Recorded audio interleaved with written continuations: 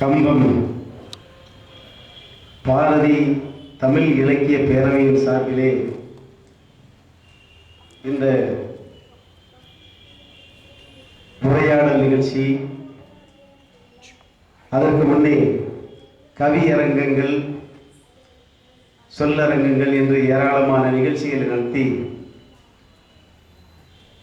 நாங்கள் நடத்துகின்ற சங்கரதாஸ் சுவாமிகளின் பெருமையையும் இங்கே எடுத்து கூறுவதற்காக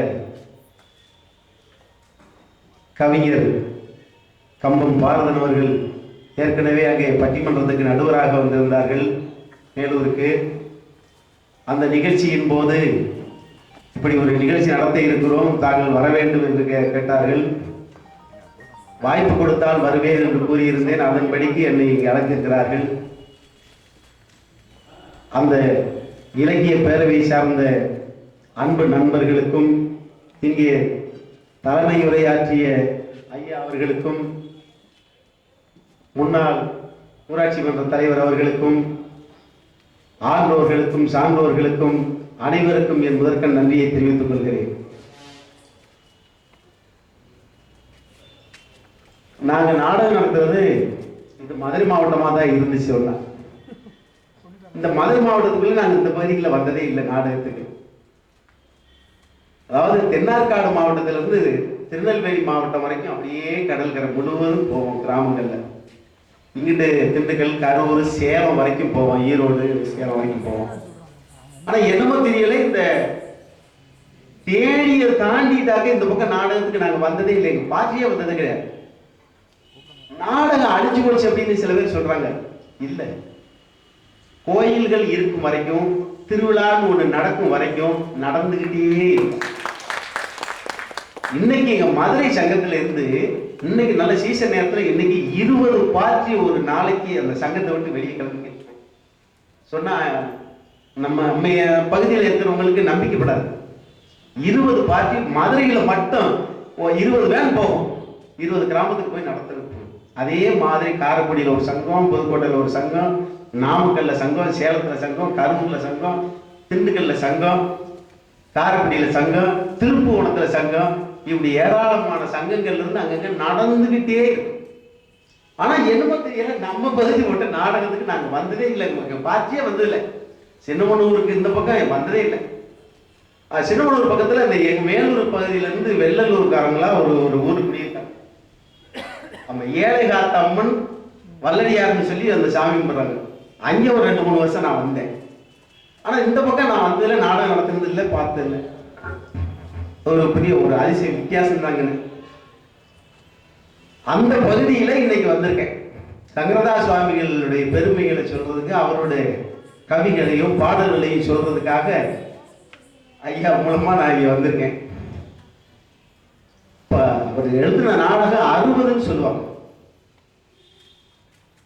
60 நாடகங்கள் எழுதியிருக்கிறார் அப்படின்னு சொல்லுவாங்க. ஆனா இப்போ நடைமுறையில இருக்கிறது ஒரு 5 அல்லது 6 தான் நடந்துகிட்டு இருக்கு. பூரா அழிஞ்சிருச்சு, அந்த நாடகம் அழிஞ்சிருச்சு. இதே மாதிரி ஐயா சொன்னாங்க, தமிழாசிரியர்கள்லாம் இருக்காங்க. தமிழ் கொஞ்சம் கொஞ்சமா குறைஞ்சிக்கிட்டு தான் வருது. தமிழ் ஆர்வமே இல்லை. ஏன்னா எங்க பார்த்தாலும் இங்கிலீஷ் மீடியம், எங்க பார்த்தாலும் இங்கிலீஷ் படிக்க வச்சாதான் பிள்ளைகளை பெரிய ஆள் ஆக்க முடியும் அப்படிங்கிற ஒரு கற்பனை. படிக்க வைக்கிறதுக்காகவே கிராமங்களை எல்லாம் காலி பண்ணிட்டு பட்டணத்துல வந்து குடியேறினதான் இப்ப அதிகம். பட்டணம் பெருசாகிறதுக்கு காரணமே ஒரு வகையில இதுவும். அந்த மாதிரி தமிழ் அழிஞ்சுக்கிட்டு போய்கிட்டு இருக்கு. அந்த சூழ்நிலையும் இலக்கிய பேரவைன்னு சொல்லி இப்படி நடத்திக்கிட்டு இருக்கிற இந்த இலக்கிய பேரவைக்கு மேலூர் இளங்கோ இலக்கிய பேரவையின் சார்பாக மறுபடியும் ஒரு நன்றியை தெரிவித்துக் கொள்கிறேன்.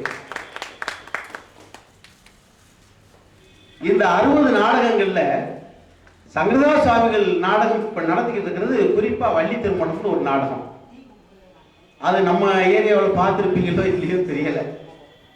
10 மணிக்கு ஆரம்பிப்போம், 6 மணி ஆகும் நாடகம் முடிகிறதுக்கு. விடிய நடக்கும். ஒருத்தர் பாடுவாரு, அதை பெட்டிக்காரர் மறுபடியும் வாங்கி பாடுவாரு. பெட்டிக்காரர் பாடுறத காட்டிலும் ஒரு சுதி கூட வச்சு பாடணுமே, மறுபடியும் இந்த நடிகர் பாடுவார். இப்படி போய்கிட்டு இருக்கும்.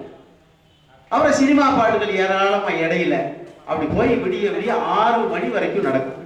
பாக்குறாங்க, இன்னும் அந்த கடலோர பகுதிகள் பூரா பாக்குறாங்க, எல்லாம் நடத்துறாங்க, வருஷந்தோறும் நடத்திக்கிட்டு இருக்காங்க. அதுல இன்னைக்கு சங்கத்துல இருந்து 95வது ஆண்டு விழா நடத்துறோம்.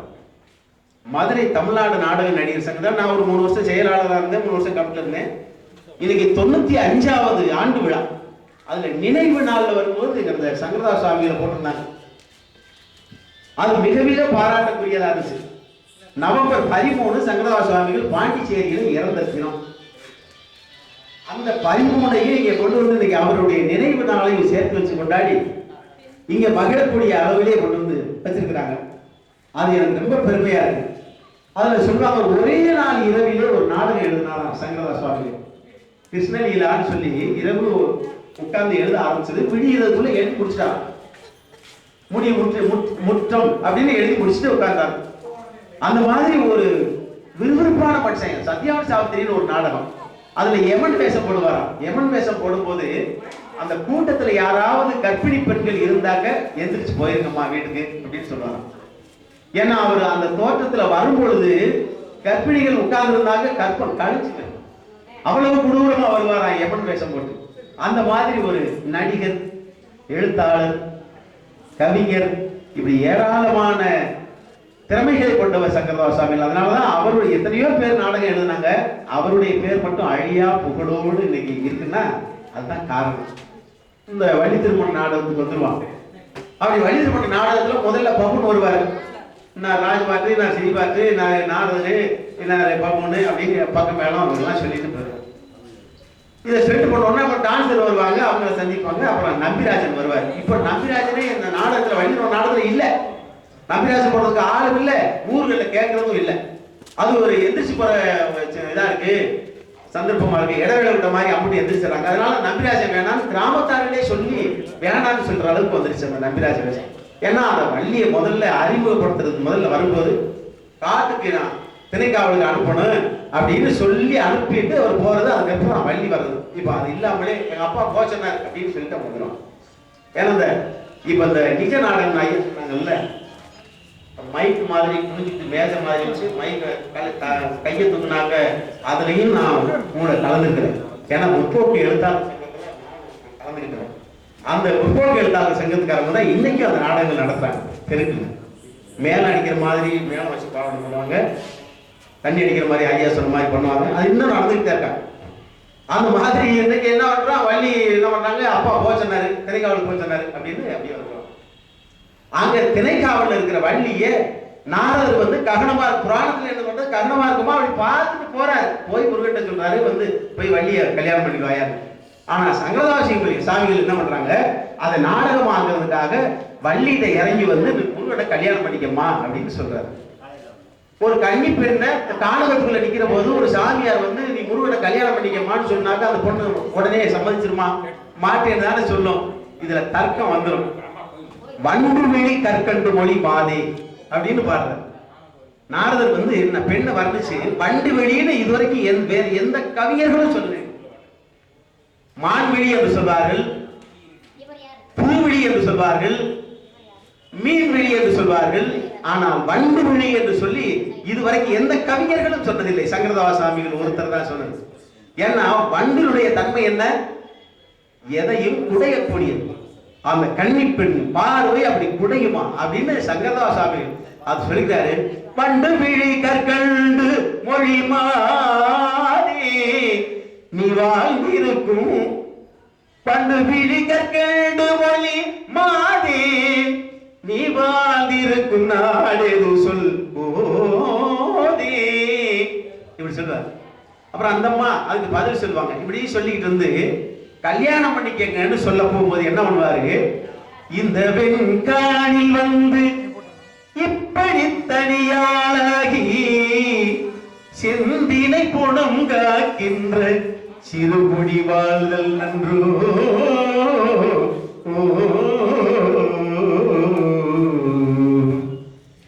எந்த சொல்படியே கேட்டுங்கள், கழுகு மாமலைக்கு வந்தா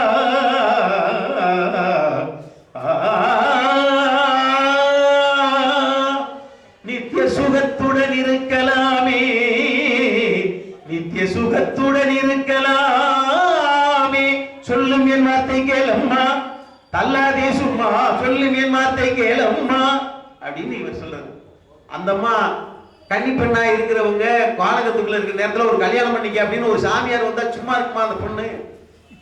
கைவரிசை செல்லாது போ, கைவரிசை செல்லாது போ, கற்று வந்தாலும் கைவரிசை செல்லாது போம் போம் அப்படின்னு.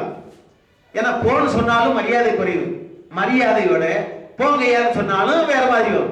கைவரிசை செல்லாது போம், கற்று வந்தாலும் கைவரிசை செல்லாது போம், எனக்கு பரிந்து கொண்டு இசைக்க வந்தது போதும், திரைப்புணத்தில் இல்லாது எங்கேனும் போய் சேரும், கைவரிசை செல்லாது போம் அப்படின்னு சொல்றது. இவர் மறுபடியும் விடாம மீண்டும் மீண்டும் துரத்துறது. அடிக்கடி உரைப்பதை தடித்தவ மதிக்கிறாய் அறிவில்லா மடச்சிறுமி அப்படின்னு இவர். அந்த அம்மா உடனே என்னையா மறுபடி சொல்லிக்கிட்டு இருக்கிறேன் அப்படின்னு அந்த அம்மாவுக்கு கோபம் வந்துடுறது மாதிரி எழுதுறாரு. ஊட்டி கொடுப்பது உங்கள் கோத்திரத்தின் முறையோ, ஓட்டமாய் சொல்ல வந்தீர் உமக்கென்ன, எப்படியாவது விரட்டிடணும் தாள அப்படின்னு கடுமையான வசனம் சொல்றது மாதிரி எழுதுறாரு. ஊட்டி கொடுப்பது உங்கள் கோத்திரத்தின் முறையோ, ஓட்டமாய் சொல்ல வந்தீர் உமக்கென்ன அக்கறையோ, கைவரிசை செல்லாது போம் அப்படின்னு அந்த அம்மா. அறிவில்லா மடச்சிறுமி அப்படின்னு மறுபடி இவர் இப்படி பாடக்கூடிய அளவிலே கொஞ்சம் கொஞ்சமா கொண்டு போய் அந்த மரியாதை எல்லாம் கெடுத்துற மாதிரி. அப்ப கடைசியா இவர் என்ன பண்ணுவார்? சத்தியம் பண்ணிட்டு போறார். இன்று காலை சூரிய உதயத்திற்குள் உன்னை அந்த முருகனுக்கு மனமுடிக்காவிட்டால் நான் நாரதரும் அல்ல அப்படின்னு சத்தியம் பண்ணிட்டு போறார். போய் முருகன் போய் சொல்றார். முருகன் போய் சொன்ன உடனே அவர் என்ன பண்றாரு? உடனே கிளம்புறாரு. போகிறார். அவன் நான் சொன்னதுக்கு ஏற்கல, முருகனா அவன் இவன் சொல்லி தரக்குறைவா பேசுறான். அதனால நீங்க என்ன பண்ணணும்னா அவன் ஜாதிக்காரர் மாதிரி வேடுவ ரூபம் கொண்டு போகணும். போய் வந்திருக்கிறது யார் என்று அறியாத நிலையில் அவர்கிட்ட பேசணும், பேசி மனம் பிடிக்கணும் அப்படின்னு இவர் நிபந்தனை வச்சு அனுப்புறார். அங்க முருகன் போறார். போய் வேடுவ ரூபத்தில் போறார். வேடுவ ரூபத்தில் போய் என்ன பண்றாரு? மானை தேடி வந்ததாக ஒரு பொய்யை சொல்லி போறார். மானை என்றால் பெண்ணுக்கு உவமை, அதனால மானை தேடி வந்ததாக இவர் சொல்ற மாதிரி போறார். தேடி வந்தேனே புள்ளி மானே, ஓடி வந்ததால் இங்குதானே அப்படின்னு தேடி போறார். அவங்க அப்படியே பதில சொல்லிட்டு வந்துகிட்டே இருக்காங்க. வந்துகிட்டு இருக்கும் போது காயாத கானகத்தை பாடுற மாதிரி கொண்டு வந்தாங்க. மானுன்னு சொல்லியா, மானுக்குரிய அடையாளம் என்ன சொல்லு அப்படின்னு சொல்றாங்க. காயாத கானகத்தி நின்றுள்ள உன்னர்காரிகே, காயாத கானகதி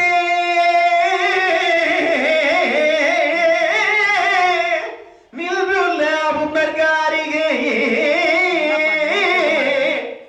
மேயாதமா புல் மேயாதமா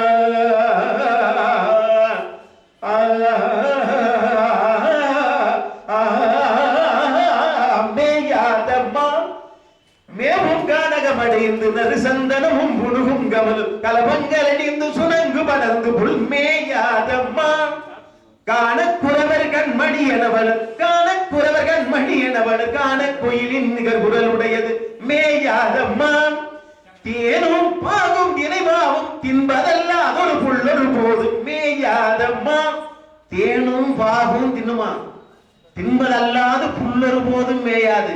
சிலேடையா அந்த அம்மாவுக்கு புரியும்படியா. காயாத காரணம் என்ன? இதயம் காஞ்சி போச்சுன்னா மனிதன் இறந்து, இருதயம் காய்ந்து விட்டால் மனிதன் இறந்து விடுவார். அந்த இருதயத்தில் நின்று உலாவுகின்ற காரிகையே அப்படின்னு எழுதியிருக்கிறார். அப்படி தேனும் பாகும் தினைமாவும் தின்பதல்ல அதொரு புல்லொரு போதும் மேயாதம்மான், தாவித்த அவித்தினம் ஒரு உணவதில் மேய தெரியா மானத்துடையது மேயாதம்மா, தாவித்தாவி திரியும் மான் மாதிரி, ஆனா மேய தெரியாது மானத்துடையது, மானத்துடையது மேயாதம்மா அப்படி சொல்லி முடிக்கிறாரு. இது நீங்க மான தேடி வந்தது மாதிரி இல்லையே. என்னன்னு சொல்றாரு? சாயாத கொம்பில் இருந்தாலும் சாயாத கொம்பில் இருந்தாலும் அறுதல் தலை நிமிர்ந்து பாயாத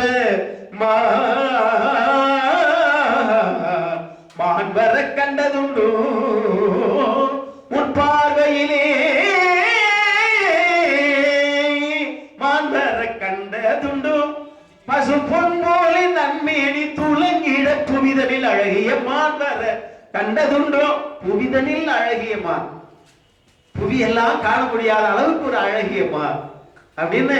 சாயாத கொம்புன்னா இடகளை திங்களை என்ற கொம்புகளை வைத்து சாயாத கொம்பு ரெண்டு அப்படின்னு கூறுவதாக சொல்வார்கள். அது மாதிரி இவர் இப்படி சொன்ன உடனே, நீ தேடி வந்தது மான் இல்லையே, ஏயா எதையோ தேடி வந்துட்டு எங்கிட்ட மான்னு சொல்லி கதை பேசிக்கிட்டு இருக்கிறியா அப்படின்னு சொல்லிட்டு அந்த அம்மா திரும்ப பதில் பாடுவாங்க. இது நம்பி தந்தம்மா நல்ல ஜாதிமா, நம்பி தந்தம்மா அப்படின்னு அவங்க பாடுவாங்க. இதையெல்லாம் பாடிட்டு அப்புறம் மிஞ்சும் போது என்ன ஆகும், அம்மா ஒண்ணுக்கா தேடி நெருங்கிறது, ஐயோ அப்பா அம்மான்னு கத்துறவங்க. உடனே அந்த காவலர்கள் ஓடி வர்றது. அதுக்கப்புறம் வேவசியம் வர்றது. வேடுவனா வந்துட்டு முடியல அப்படின்னு சொன்னோம்னா வளையல் செடி வேஷம்னு ஒண்ணு இருக்கு, சாமி எழுதுனது, அது யாரும் போடுறது இல்லை. இதை முடிச்சது கிழவனா வர்றது. கிழவனா வந்து அவங்க கிட்ட ஆடி பாடி கொஞ்சம் பேசி மாலை முடிக்கிறது. மணி 6 மணிக்கு கொண்டு போயிருவாங்க. இப்படி எல்லாம் இருக்கு அந்த கவியர்கள் சொன்னது. அப்படி வண்டுமொழி, இப்படி ஏராளமான தமிழை அறிவில்லாம் மடச்சிறுமி அப்படின்னு இந்த மடத்தனமாக அப்படின்னு சொல்லக்கூடிய நிறைய கொண்டு வருவார். நாடகத்துக்கு நாடகம் கொண்டு வருவார். அப்படி பெரிய கவிஞர்களை எல்லாம் ஒப்பாக அவரை சங்கரதாஸ் சுவாமிகளை கொண்டு வந்து இந்த பாரதி இலக்கிய மன்றத்தில் வைத்த போது நான் இன்று உண்மையிலேயே மனமகிழ்ச்சி அடையக்கூடிய ஒரு சூழ்நிலைக்கு வந்திருக்கேன். நாடக தந்தைக்கும் இந்த மாதிரி இலக்கிய பேரவையிலும் ஒரு இடம் கிடைச்சிருக்கு அப்படின்னு போது பெருமையா இருக்கு. ஆனா இன்னைக்கு பாட்டு எழுதுறாங்க, போக போக போக தூர குறையல, பாட பாட பாட பாட்டு முடியல, போக போக போக ஒண்ணு புரியல, ஆக மொத்தம் ஒண்ணு விளங்கல. என்ன சொல்ல வாரான்னே புரியல. இல்ல நமக்கு புரியல, அவனுக்கு தான் என்ன புரிஞ்சிருக்குதுல எழுதினவனுக்கு. அப்படி பாட்டு அப்படி இருக்கு, அதை தூக்கி வச்சா ஒரு காலத்துல, திருடாதே பாப்பா திருடாதே, வறுமை நிலைக்கு பயந்து விடாதே, திறமை இருக்கு மறந்து விடாதே, திருடாதே பாப்பா திருடாதே, சிந்தித்து பார்த்து செய்கையை மாத்து, சிறுசா இருக்கையில் திருத்திக்கோ, தவறு சிறுசா இருக்கையில் திருத்திக்கோ, தெரிஞ்சு தெரியாம நடந்திருந்தா அது திரும்பவும் வராம பார்த்துக்கோ, திருடாதே பாப்பா திருடாதே. இப்படி கவிஞர்கள் இருந்த இடம் இந்த தமிழ்நாடு சினிமா. இப்ப இப்படி போக போக போக ஒண்ணும் புரியல, பாட பாட பாட பாட்டு முடியல, போக போக போக ஒண்ணும் தெரியல, ஆக மொத்தம் ஒண்ணும் விளங்கல. என்ன விளங்குச்சு, என்ன எதுக்கு பாடுனா அதுக்கு அவனுக்கு அது பேர் கிட்டாயிருக்கிறாங்க கேட்டாங்க. இப்படி போய்கிட்டு இருக்கு. அடுத்தபடியா அவர் எழுதின நாடகங்கள்ல இப்ப ஓடிக்கிட்டு இருக்கிற நாடகம் சத்யவான் சாவித்திரின்னு ஒரு நாடகம். அந்த கற்புக்கரசிகளா பெண்கள் இருந்தா அவங்க எது சொன்னாலும் நடக்கும், எதை நினைச்சாலும் செய்யலாம் அப்படிங்கிறதுக்கு ஒரு எடுத்துக்காட்டா அந்த நாடகத்தை சாமிகள் எழுதியிருக்காங்க. எவன் வந்து கணவனுடைய உயிரை பிடிச்சிட்டு போயிடுறாரு. எவன் பிடிச்சுக்கிட்டு போன உயிரை திரும்ப வாங்கிக்கிட்டு வந்த பெருமை இந்த உலகத்துல சத்யவான் சாவித்திரிக்கு மட்டும்தான் பெருமை சேரும். அப்படி ஒரு நாடகத்தை ஐயா சாமிகள் எழுதியிருக்காங்க. அது எப்படின்னா, அந்த எமனிடம் போய் கேட்கிறது, எமன் யார் கண்ணுக்கு தெரிய மாட்டாரு. நான் கற்புக்கரசி என்பது உண்மையாக இருந்தால், உண்மை என்பதானால் என் உயிரை பிடித்தவர் எவராக இருந்தாலும் அவர் என் கண்முன் தெரிய கலவது அப்படின்னு சொல்லி சாமியை கூப்பிடுறார். யமன் வந்து முன்னாடி நிற்கிறார். திவ்ய புருஷன் நீர் யார் அப்படின்னு இந்த அம்மா கேட்கிறாங்க. தென் திசை வேந்தன் என் பேர் அப்படிங்கிறான். தென் திசை வேந்தன் என் பேர். ஏன்னா அந்த சத்தியவானா தான் நான் நடிப்பேன், யமனா நடிக்கிற உங்க பாடங்கள்ல எனக்கு அவ்வளவு பாடங்கள் கிடையாது. அது முக்கியமான சமாச்சாரம். அந்த சாவித்திரி நாடகத்துல அதுதான் முக்கியம். அத தென் திசை வேந்தன் என் பேர் அப்படிம்பார். அதுக்கு முன்னாடியே இந்த சாவித்திரியும் அந்த சத்தியவானும் சந்திக்கிற சீன் ஒன்று இருக்கு. சிவாஜி கணேசன் சாவித்திரி ஒரு படத்தில் நடிச்சிருப்பாங்க. அது ஒரு அருமையான சீன். சாவித்திரியும் சிவாஜியும் நடிச்சிருக்கிற போது அந்த நாடகமே உச்சத்துல போயிருக்கும். அப்படி ஒரு சீன். அவர் என்ன பண்ணுவாரு, சிங்கம் வந்து அந்த அம்மாவை திறந்தும் அந்த சிங்கத்தை இவர் போய் அடிச்சு கொண்டுறாரு.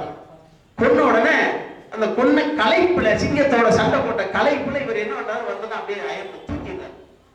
இந்த அம்மா போய் ஒளிஞ்சு நின்று திரும்ப வந்து நம்மளை ஒருத்தர் காப்பாத்தினாரே சிங்கத்துல இருந்து, அவருக்கு நன்றி சொல்லணுமே அப்படிங்கிற எண்ணத்துல நன்றி சொல்றதுக்காக பாக்குறாங்க. தூங்கிட்டு இருக்காரு. தூங்குற வர ஒரு ஆடவனை தனியா படுத்துக்கிற நேரத்துல ஒரு கன்னி பெண் திடீர்னு தொட்டி எழுப்ப முடியுமா? பக்கத்துல இருந்து கை தட்டுறாங்க. ராசகுமாரன் மாதிரி இருக்காரு, ராசகுமாரான்னு கை தட்டி எழுப்புறாங்க. 2-3 தடவை எழுப்புறாங்க. அப்புறம் பார்த்து வர்ணிச்சுக்கிட்டு பாட்டு பாடுறது, அப்புறம் எழுப்புறது. அவர் எந்திரிச்சு வந்து சுத்தமுத்த பாக்குறாரு. ஒரு பெண் ஓரத்தில் நிக்கிறாங்க. அந்த பெண்ணை பார்த்து இவரும் வர்ணிக்கிறாரு. வர்ணிச்சுட்டு அப்புறம் நான் சிங்கத்தை கொண்ட களைப்புல அயர்ந்து நித்திரை செய்வோம். சிவாஜி பேசுவாரு. படுத்துக்கின்ற பொழுது அருகில் வந்து என்னை எடுத்து தூக்கத்தை கெடுத்து ஏனோ என்னை எழுப்பலானாய் மடப்பாடி அப்படின்னு அழைப்போம்.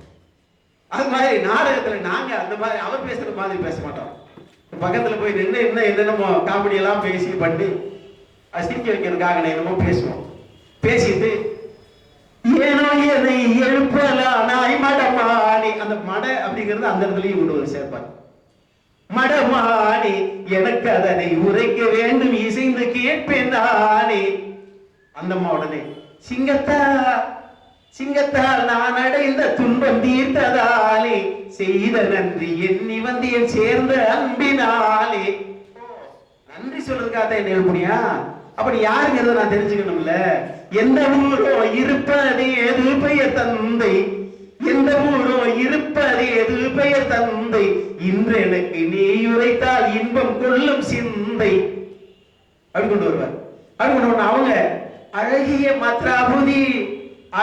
மத்ராபுரி அஸ்பவதி புத்ரி. புத்ரி அப்படின்னு சொன்னா தாளம் போயிடும். அதுக்காக கொஞ்சம் அந்த அந்த புத்திரிக்கிறத அந்த கொஞ்சம் அந்த இடத்துல கொஞ்சம் இழுமையா போகும்.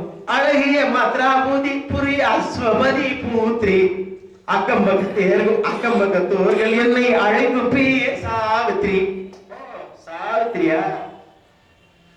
அப்ப நீ என்ன எழுதியாங்க? சரி அப்படின்னு சொல்லிட்டு இன்னும் மனமானதோ பக்கமேல கொண்டு இருக்காங்க. இன்னும் மனமானதோ இல்லையோடி போது இச்சை கொண்டேன் கேட்பதற்கு லட்சியமாகாது. அவங்க சொல்ல வெட்கமாகுதே அப்படின்னு சொல்லிட்டு அத மனம் இல்லைன்னு சொல்லுவாங்க. இன்னும் மனம் ஆகல.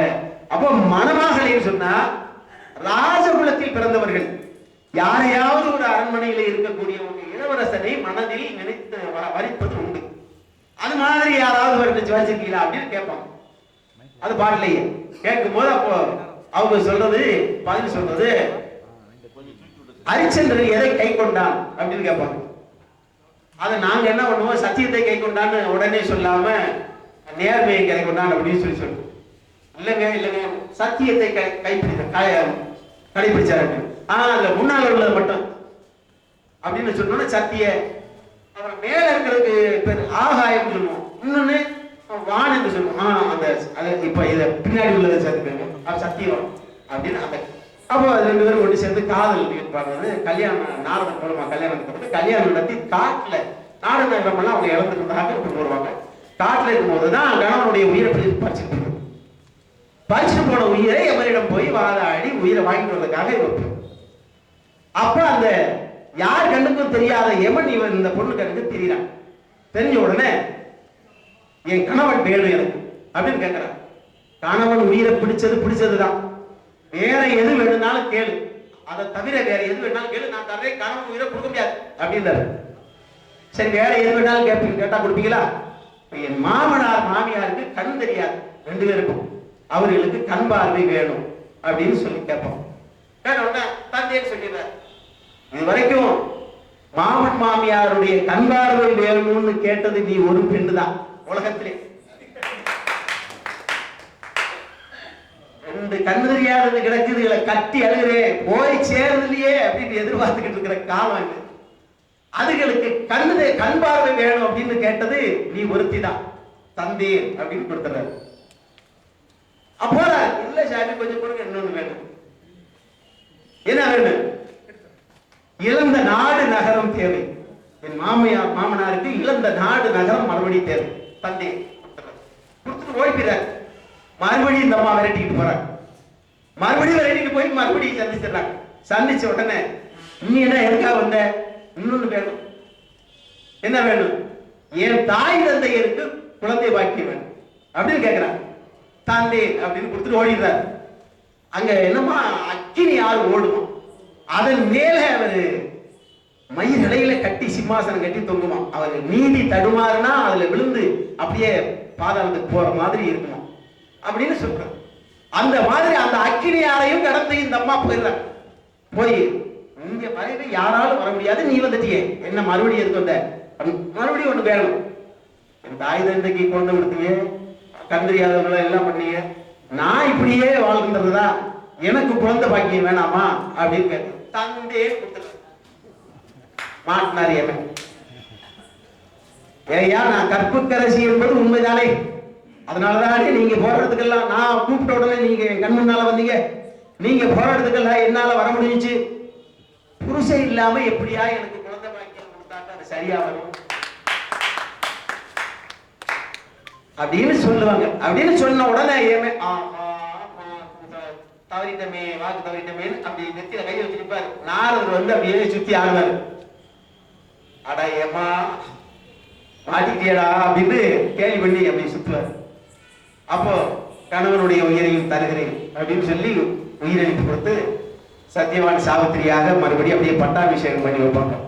அப்பேற்பட்ட நாடகத்தை இந்த உலகத்துக்கு கற்புக்கரசிகளாக பெண்கள் இருந்தால் அவர்கள் என்ன செய்ய முடியும், என்ன செய்ய நினைத்தாலும் செய்ய முடியும் என்பதை மனதில் உறுதிபட தெரியவதற்காக உலகத்துக்கு எடுத்துக்காட்ட இந்த நாடகங்களை கிராமங்கள் தோறும் நடத்திட்டு வரக்கூடிய அளவிலே கொண்டு வந்து கொடுத்தவர் எங்கள் சங்கரதாஸ் சுவாமிகள்.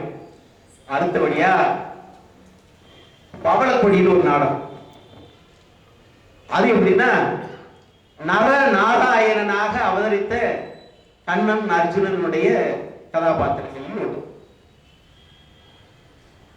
மதுரையில அள்ளி மகாராணியை கல்யாணம் பண்ணிட்டு போயிடுறார்.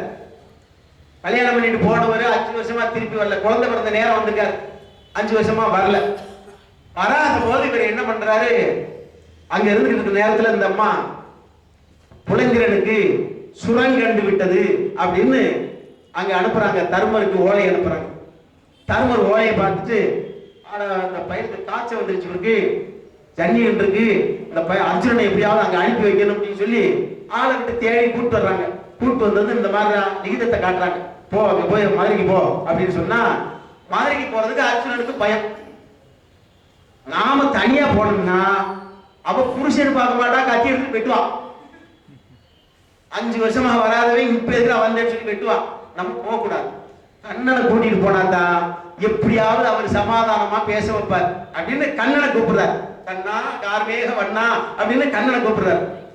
கண்ணடி என்ன பண்றாரு, 5 வருஷமா நீ போகலைனாக்கா அந்த பிள்ளை கோபமா இருக்கு, நான் வந்தேன்னா என்னையும் சேர்த்துட்டு நாள் கிடாவும், நான் வரமாட்டேன் போடா நீ அப்படின்னு அனுப்புறாரு. கண்ணான்னு காலை பிடிச்சு காலில் விழுந்து எப்படியாவது நீ வந்துதான் தீரணும், வேற வழி இல்லை அப்படின்னு சொல்லி கெஞ்சிறான். கெஞ்சும் போது என்ன பண்றாரு கண்ணன், நீ முன்னாடி போ, நான் சந்தர்ப்பம் பார்த்து அங்க வந்துடுறேன் அப்படி. சாமி நீ முன்னாடி போயிட்டா அங்க என் தலை தனியா கிடக்கும், நீ வந்தா தான் ஆகும், நீ போட நான் வந்துடுறேன் அப்படின்னு சொல்லி அனுப்புறாரு. இங்க போயாரு. அர்ஜுனன் போனது அள்ளி மகாராணி சபையில் உட்கார்ந்துருக்காங்க. வந்தேன் வந்தேன் நம் முன்னரசுக்கு தந்தேன் மதுராபுரி ராணியே, வந்தேன் வந்தேன் நம் முன்னரசுக்கு தந்தேன் இந்து குலமதில் பிறந்திட்ட, இந்து குலமதில் பிறந்திட்ட இறைவியுனது எழுத்து கோடி விரைவில் உரிய இடத்தை தேடி வந்தேன் வந்தேன் நம் முன்னரசுக்கு தந்தேன். அந்த அம்மா திரும்பி கூட பார்க்கல, அப்படியே திரும்பி ஒரு பக்கம் உட்காந்துருச்சு. வருமா, யாரும் வரவேற்க கூடாது, யாரும் பேசக்கூடாதுன்னு அந்த அம்மா கட்டளையிட்டு இருக்கிறாங்க தோழிமார்களுக்கெல்லாம். யாரும் பேச முத்தையா கத்துற, கால்கள் நோகுதம்மா, நின்று கால் வலிக்குது, உட்கார சொல்லு அப்படின்னு கெஞ்சிறான். வசனங்களை பேசுறான்.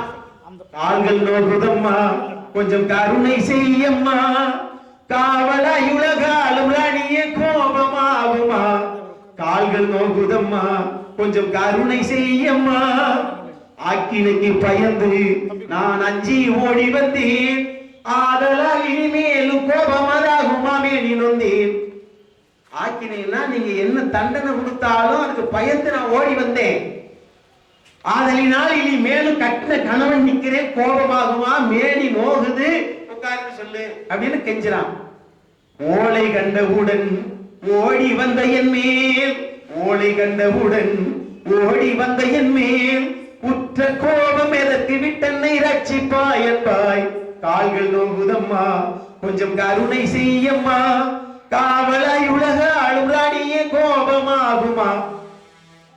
அங்க கோபம் தீரல, மறுபடியும் வசனம் பேசுறாரு, கெஞ்சுறாரு, என்னென்னத்தையோ சொல்லி பார்க்கலாம். புருஷன் பொண்டாட்டி தானே, உண்ட கனவு இப்படி விற்கலாமா, உனக்கு பெருமையாகுமா அப்படின்னு என்னென்னமோ சொல்லி பார்த்தாரு. எதுவும் கேட்கிற மாதிரி இல்ல, அந்த கோபம் தீரல. மறுபடியும் எத்தனை நேரமாக இப்படி நிற்பேன், கால்கள் இத்திட்டு நோகுதம்மா, சத்தியமாக இனி சகிக்க என்னாலாகாது, சத்தியமாக இனி சகிக்க என்னாலாகாது, தரணியால் அரசியே பர்மமேனோ தகாது, எத்தனை நேரமாக இப்படி நிற்பேன், கால்கள் இட்டிட்டு நோகுதம்மா, அபசாரம் தினம் செய்யும் பகைவனும் வீடு வந்தால் உபசாரம் செய்ய வேணும் என அறிவுடையோடு வைப்பார், அதிலும் நான் உன் கணவன் ஆனதால் அழைக்க வேணும், சபையில் வந்து நின்று சாப நேரமாவதாலே சஞ்சல மிகுந்ததெந்தன் நெஞ்சமும் துன்பம் தன்னிலே, எத்தனை நேரமாக இப்படி நிற்பேன், கால்கள் இட்டிட்டு நோகுதம்மா.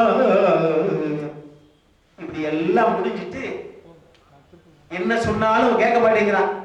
தொடாம போற உயிர் உன்னை தொட்டுட்டு போற அப்படின்னு சொல்லி போய் கிட்ட நெருங்கிறது. அள்ளி மகாராணி கத்தி அப்படி உருவி வாங்க, கண்ணன் வந்துடுறாரு. தங்கச்சி பொறுமா பொறுமான்னு தங்கச்சி வந்துடுறாரு. அவர் வந்தோட ஏன்னா 2 பேரும் கூடி பேசித்தானே இங்க வந்தது. அவருக்கு இவருக்கு அவரு இந்த மாதிரி வேலையெல்லாம் நிறைய செய்வாங்க. அதனால கூடி பேசி வந்ததுனால தங்கச்சி பொறுமா அப்படின்னு வந்துடுறாரு. என்ன பயப்பட்டு நிக்கிறேன், அப்படி ஏன்னு கேக்குறீங்க? 5 வருஷமா அந்த பக்கமே திரும்பி பார்க்கல, அந்த ஆள் இன்னைக்கு வந்திருக்காரு, அவருக்கு உடனே உட்கார வச்சிடணுமா, அவருக்கு மரியாதை கொடுக்கணுமா அப்படின்னு எதிர்பார்க்கிறாரு. அவர் ஓரமா நின்று போறாரு, நீங்க வாங்கனே அப்படின்னு அவரை மனுஷனா மதிக்காத மாதிரி அப்படி கூட்டி போவாங்க அவங்க அண்ணன். அப்படி கூட்டி போக இருமா, அவன் உண்ட கணவன் இப்படி நின்றுட்டு இருக்கிறேன், அவனை மதிக்காம இப்படி போய்கிட்டு இருக்கிறேன், என்ன கூப்பிட்டு இருக்கிறேன், நானும் வந்தேன்னா அவன் என்ன நினைப்பான் அப்படின்னு சொல்லி மறுபடியும் கூப்பிட்டு அந்த இடத்துல பாட்டு. அப்படி 3 பேரும் சேர்ந்து, அதான் பவளக்குடி நாடகத்துல உச்சகட்டமான ஒரு சீன். அப்ப இந்த மாதிரி வரலையாவே என்ன இவன் மனுஷனா நடந்திருக்கிறானா அப்படின்னு சொல்லி அவனை தீட்டுறது மாதிரி, அர்ஜுனா இது உனக்கு தகுதியா, அள்ளி நிலை அறியாயோ மடமதியா, மடையாகிறது அந்த இடத்துல கொண்டு வர்றாரு. அர்ஜுனா இது உனக்கு தகுதியா, அள்ளி நிலை அறியாயோ மடமதியா அப்படின்னு, அர்ஜுனா இது உனக்கு தகுதியா, அள்ளி நிலை அறியாயோ மடமதியா. இவர் அர்ஜுனன் அப்படியே உரைத்ததை மறுக்கிறேன், உண்மை இதுவே ஒரு பெஞ்சு தானே வாங்கணும், உரை காரியதாரிக்கணும்ல, உரைத்ததை மறுக்கிறேன், உண்மை இதுவே. அந்த அம்மா கோபத்தில் இருக்கிற அம்மா ஊட போந்து, உலராதீர் தெரியும் மதாசை எல்லாம் உணர்வேன் நான் உன் மனைவி அல்லவோ. ஊட ஓடுது, உளராதையா, உன் மனைவி தானே, உன்னை பத்தி எனக்கு நல்லா தெரியும் அப்படின்னு அந்த அம்மா ஊட. கால்களும் நோகுது கருணை செய்வாய், கருத்துமை என்று துரைத்தேன் உண்மையாய். அந்த மாட நேரே இவர் அப்படி என்னம்மா சங்கடமா இருக்கு, இவர் ஒரு சம்பவம் பஞ்சாயத்து போனவரு, என்னம்மா சங்கடமா இருக்கு அப்படின்னு ஒண்ணு. ஏதன்னா நீர் என்ன ஏத்திட வந்தீரோ, நீங்க 2 பேரும் சேர்ந்து வந்திருக்கிறீங்க, ஏக்கிறதுக்கு வந்திருக்கீங்க அண்ணே அப்படின்னு அந்த கண்ணனை படுறது. கண்ணனை சொன்ன உடனே அவர் என்ன பண்றாரு, இனி நான் உரையே உன் பாடு அவள் பாடு எனக்கு ஒன்றும் தெரியாது, நான் போறேன் அப்படின்னு அவர் போற. அப்படி போன உடனே அர்ஜுன் என்ன பண்றது, அவர் காலில் விழுந்துறது. காலை விழுந்து கட்டி பிடிச்சிக்கிறது. காலை பிடிச்சிட்டு விட மாட்டேன்னு சொல்லி நீ போனேன்னா காலை விட மாட்டேன்னு காலை இறுக்கி பிடிச்சிட்டு விட மாட்டேங்கிறது. ஏமா காலை விட மாட்டேங்கிறானாமா, விழுத்தாட்டிடுவான் போல இருக்கு, அவனை ஏதாவது செய்யுமா, அவனை மன்னிச்சேன்னு ஒரு வார்த்தை சொல்லுமா. என்ன வீதம் சொன்னாலும் கேளு, கண்ணன் சொன்னாலும் சரி, அண்ணன் சொன்னாலும் சரி, புருஷன் சொன்னாலும் சரி, என்ன வீதம் சொன்னாலும் கேளு அப்படின்னு சொல்றது. மறுபடியும் கண்ணன் ஆர்ந்த வார்த்தையில் அப்படியே சொல்லி புளிர வச்சு, மனசை கொஞ்சம் புளிர வச்சு அவனை நேர பேசுறா, மன்னிப்பு கேள்றா, மன்னிப்பு கேட்கிற மாதிரி நேர பேசுறா, சொல்றா அப்படின்னு. அருமை சேர்மையிலே உன்னை அகல்விடேன் ஒரு போதும் இங்கே, இருவென்றால் இருப்பேன், எழுந்து போவென்றால் போவே,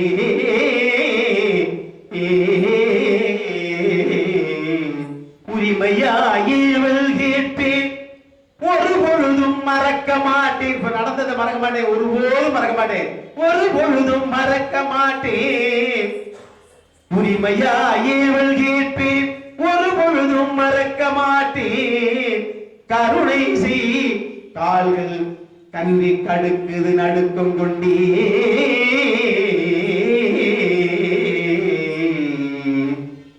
அப்படியே அவங்க சொன்ன உடனே அப்புறம் உட்காருன்னு சொல்றது சமாதானமாகிறது.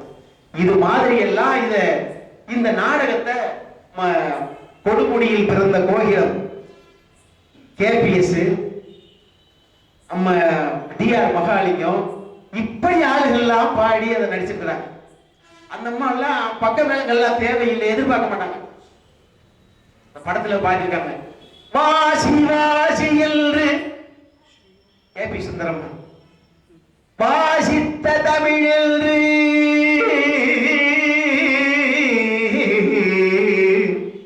வாசி வாசி என்று வாசித்த தமிழ் என்று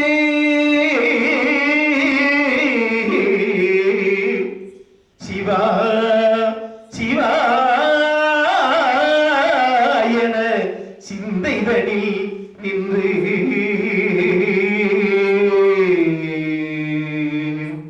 அவாவினால் இந்த அவ்வை தமிழ் கொள்ளே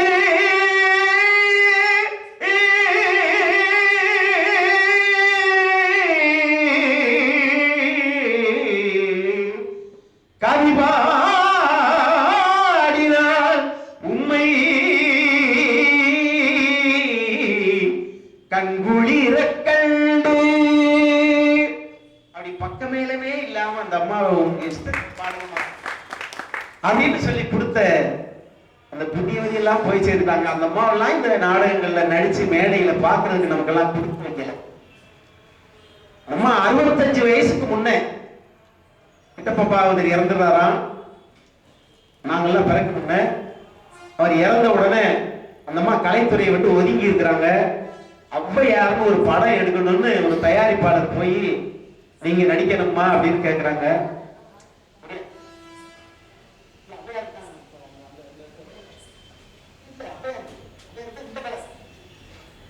அப்போ முடியாதுப்பா, நான் அந்த துறையை விட்டு ஒதுங்கிட்டேன், அவர் இறந்ததோட முடியாதுப்பா அப்படின்னு. இல்லம்மா நீங்க தான் அந்த வேஷத்தை செய்யணும், செஞ்சா நல்லா இருக்கும், நீங்க எவ்வளவு வேணாலும் வாங்கிக்கங்க அப்படின்னு சொல்லி. என்னத்த பெரிய ₹1,00,000 கொடுத்துட போறேன் அப்படின்னு சொன்னாங்க. ₹1,00,000 வாங்கிக்கங்கம்மா அப்படின்னாங்க. ₹1,00,000 வாங்கிட்டு எவ்வளவு பிரியமா கேட்குறே, சரி வர்றேன் அப்படின்னு வந்து நடிச்சு கொடுத்தாங்களாம். 65 வருஷத்துக்கு முன்னால இந்த ₹1,00,000 வாங்கியிருக்காங்க. இன்னைக்கு ₹1,00,000 ஒரு சில பேருக்கு பெருசா தெரியும், அன்னைக்கு ₹1,00,000 வாங்கியிருக்காங்க. அந்த அம்மா பாடுனது இப்படி பாடி, பக்க மேளமெல்லாம் எதிர்பாராமல், பக்க மேளமெல்லாம் பின்னாடி வரணும். இப்பெல்லாம் நாடகத்துல பார்த்தோம்னா அந்த பக்க மேள சத்தம் மட்டும் தான் முன்னாடி கேட்கும், இந்த பாடுறவங்க சத்தம் உள்ள கேட்கும். அந்த பக்க மேள போட்டு அவங்க என்ன செய்யறாங்க, வெட்டிக்காரங்க, மைக்குக்காரங்க, மிருதக்காரங்க,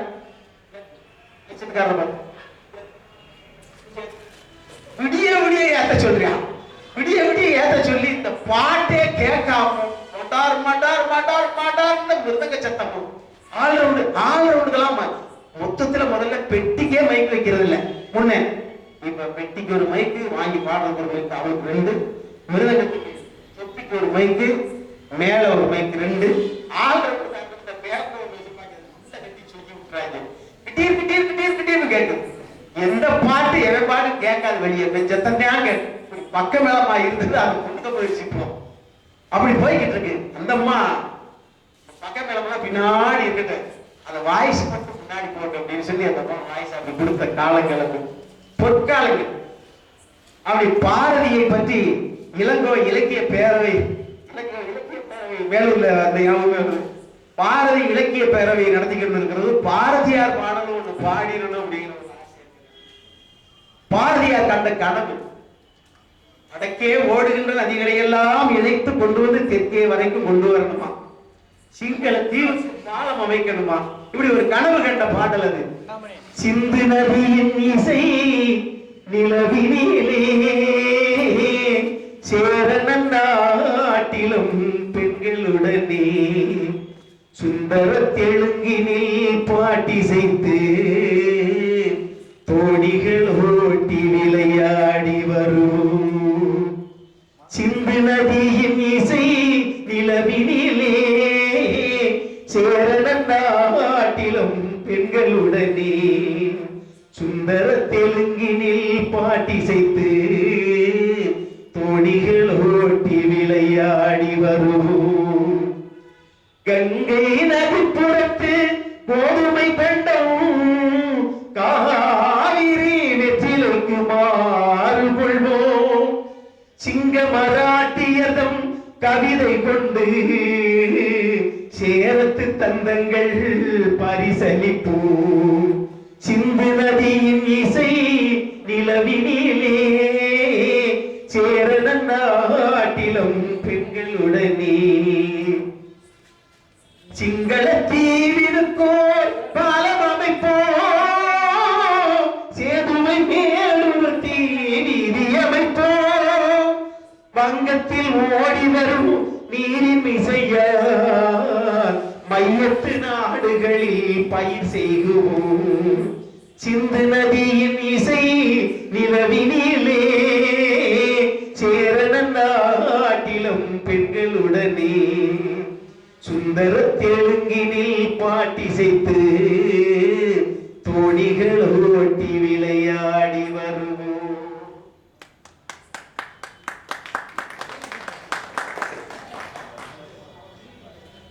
அடுத்து பாமா விஜயம் சொல்லி ஒரு நாடக சாமிகள் எழுதினார்.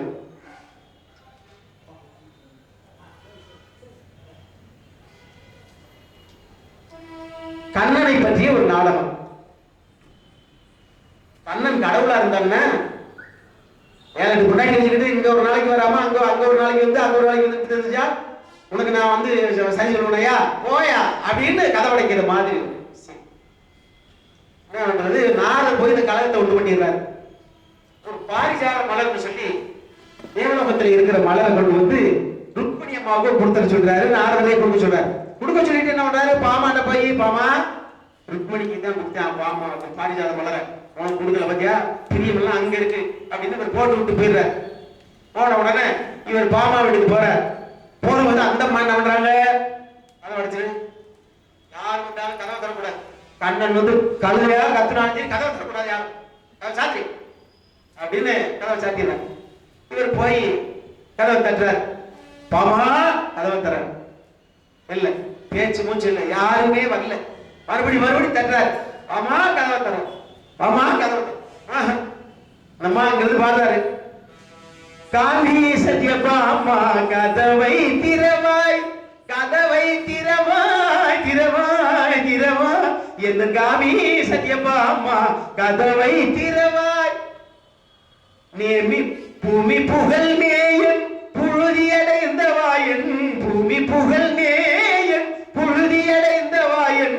நேமி வசந்தன் நானடி நானடி நானடி நானடி எந்த காமி சத்யபாமா கதவை திறவாய், கதவை திறவாய் கதவை திறவாய் எந்த காமி சத்யபாமா கதவை திறவாய்.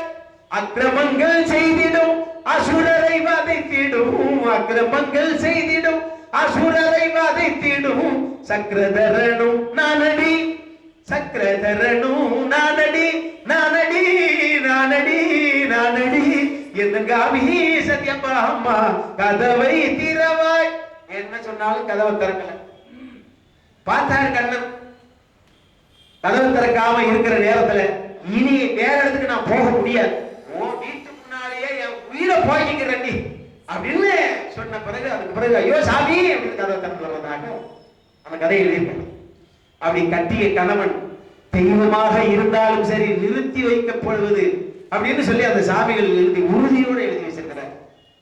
சாமியை தானே கண்ணன் கடவுள் அல்லவா, அவரை இப்படி நிறுத்த கூடாது அப்படிங்கறத எல்லாம் சொல்லல, அப்படியே எழுதியிருக்காரு. யாரா இருந்தாலும் நீதி ஒண்ணு அப்படின்னு சங்கரதாஸ் சுவாமிகள் அப்படி நீதியை இவங்க நிலைநாட்டக்கூடிய அளவிலே செய்திருக்கிறார். அந்த நாடகத்துல தான் புண்ணியம் என் செய்தேனோ புவிதனில் உமதிரு கரமலர் பெறவே புண்ணியம் என் செய்தேனோ அப்படின்னு எழுதியிருக்காரு. அந்த புண்ணியம் செய்தேனோ என் செய்தேனோ அப்படின்னு சொல்ற வரிய என்னால மறக்கவே முடியாது. எனக்கு எங்கெங்க எல்லாம் சில நன்மைகள் பெருமைகள் வந்து சேருதோ அப்பெல்லாம் இந்த பாட்டு தான் எனக்கு முன்னுக்கு நிற்கும். புண்ணியம் என் செய்தேனோ. சங்கரதாஸ் சுவாமிகள் எழுதிய நாடகத்தில் நடிப்பதற்கு புண்ணியம் என்ன செய்தேனோ அப்படிங்கிற இந்த மாதிரி எல்லாம் பெருமையான இலக்கிய பேரவைகளில் போய் நின்று பேசக்கூடிய அளவுக்கு நான் புண்ணியம் என் செய்தேனோ, பலர் பாராட்டுவதற்கான சூழ்நிலையில் உருவாகுவதற்கு புண்ணியம் என் செய்தேனோ, இப்படி சொல்லிக்கொண்டே இருக்கக்கூடிய அளவிலே இந்த புண்ணியம் என் செய்தேனோ என்ற வார்த்தை என் வாழ்க்கையில் மறக்க முடியாத வரியாக நின்று விட்டது. இந்த அளவிலே சங்கரதாஸ் சுவாமிகள் பெருமையை எடுத்துக் கொள்வதற்காக நாடகமே நடக்காத இந்த பகுதிகளில் இலக்கிய பேரவை மூலமாக எடுத்து சொல்ல வைத்த பாரதி இலக்கிய பேரவைக்கும் அண்ணன் பாரதன் அவர்களுக்கும் அனைத்து உறுப்பினர்களுக்கும் பொதுமக்களுக்கும் மனமார்ந்த நன்றியை சொல்லி விடைபெறுகிறேன். நன்றி, வணக்கம்.